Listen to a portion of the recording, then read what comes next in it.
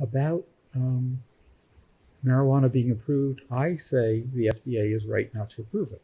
I mean, suppose the FDA approved a drug that increased traffic fatalities, increased workplace injuries, caused 500,000 kids to do worse in school, doubled the dropout rate, increased the number of suicides, caused psychotic disorders, was linked to violence, possibly even mass shootings, and predisposed people to heroin addiction. They would have a hard time explaining that to Congress. So my belief is, we look at this. Criteria for approving a medicine. Let's just get back to this. Has a medical benefit. Marijuana definitely has a medical benefit. No serious side effects. It has huge side effects. Marijuana has side effects. Medical marijuana laws have side effects. The side effect of medical marijuana laws is diversion and increased use. That's what the laws seem to cause. And then that causes all the problems with marijuana. So unless it works so much better than the alternatives, it shouldn't be approved. And the fact is, we have prescription cannabinoids that do everything that marijuana does. If they spent 1/10 of the time, money, and energy legalizing medical marijuana, they instead spent that getting the price down on the prescription cannabinoids and teaching doctors how to use them and prescribe them appropriately and not prescribe them inappropriately, we would have no need for medical marijuana laws. So my conclusion is the best way to deliver cannabinoid treatment is use the FDA prescribed medicine. I just want to take a couple of minutes and talk about what I actually say to patients, because I deal with all sorts of patients who use marijuana.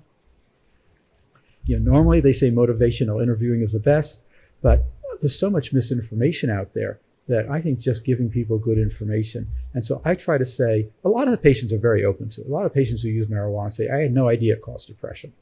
A lot of them are very resistant and get very angry at just anything. So what I like to say is, look, you're allowed to do whatever you want. I'm not prescribing, but allow me to be the person who reports on good information. You've got to hear the good information. And I happen to know, because I remember what I was like. If anybody told me anything bad about pot, I totally blew it off. But I remember everybody. I remember the people who did. So that information got through. So I just try to be very neutral, factual, and informative. I respect their right to use drugs. I actually do think people have the right to use drugs. They also have the right to get clean and sober. I have a firm conviction that everybody's happier off addictive drugs, and I try to get all my patients off them. And like I said, if they get defensive and angry, I just say, look, let me play the role of this information. You're allowed to do whatever you want. I do remind them that it's a long-acting drug.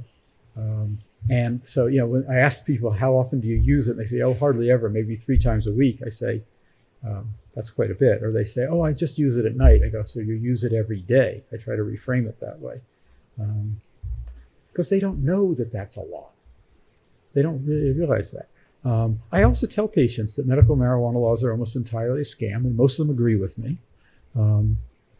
I tell them about the long-term side effects. I tell them the research says it does not help addiction.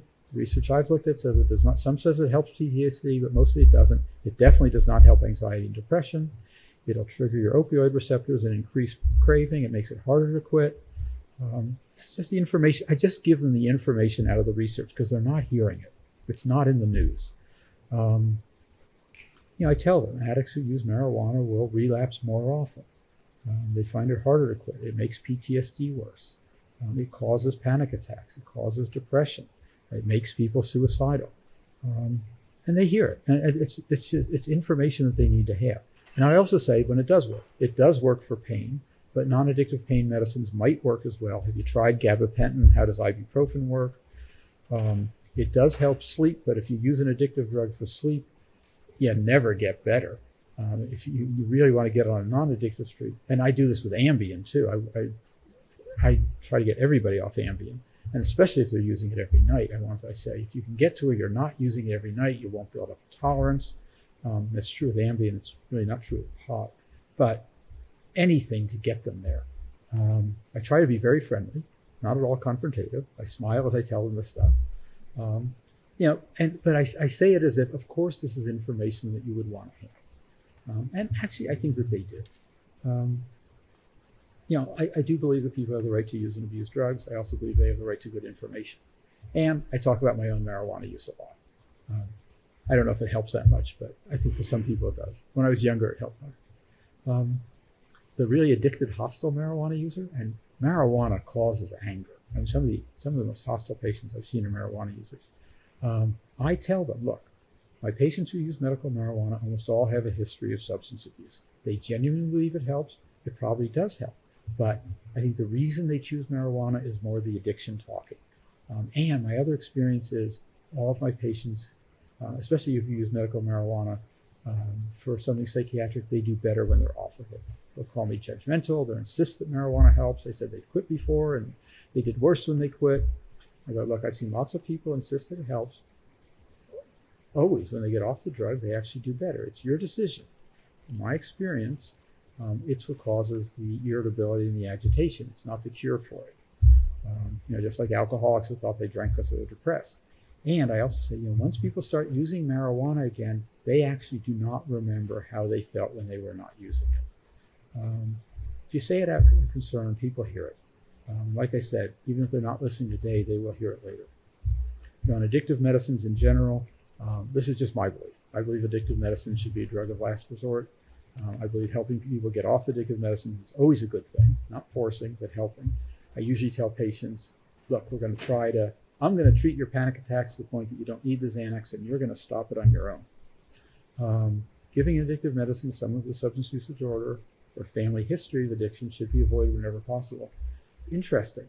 In my experience, I see a lot of patients who, because I do the MAT part, and a lot of patients come to me who've never had a substance use problem in their life, but their doctor put them on opioids and they got addicted to it. They didn't get addicted, they became physically dependent.